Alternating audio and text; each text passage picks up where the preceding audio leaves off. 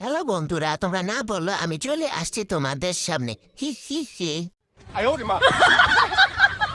যাই হোক, আমার আজকের রেসিপি হলো বড়লোকি বুট ভাজা।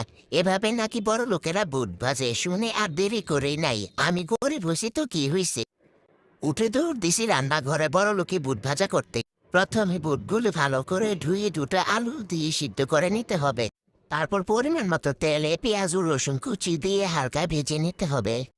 তারপর অল্প পানি দিয়ে পরিমাণ মতো লবণ, হাফ চামচ জিরা, হাফ চামচের একটু বেশি হলুদ, হাফ চামচ মরিচ গুঁড়া দিতে হবে। তারপর সিদ্ধ করে রাখা বুটগুলো দিয়ে দিতে হবে। বুটগুলোকে আরেকটু কষিয়ে নিতে হবে। তারপর পরিমাণ মতো পানি দিতে হবে। দুটো আলু উপর থেকে চটকাইয়া থেবড়ে থুবড়িয়া দিয়ে দিলে হবে। তারপর বুটগুলো যখন ভাজা ভাজা হয়ে যাবে তখন কাঁচা মরিচ ধনিয়া পাতা দিয়ে নামিয়ে নিতে হবে।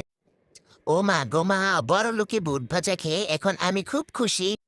নিজের মধ্যে একটা বড়লোকি ফিল হইতেছে। আহ!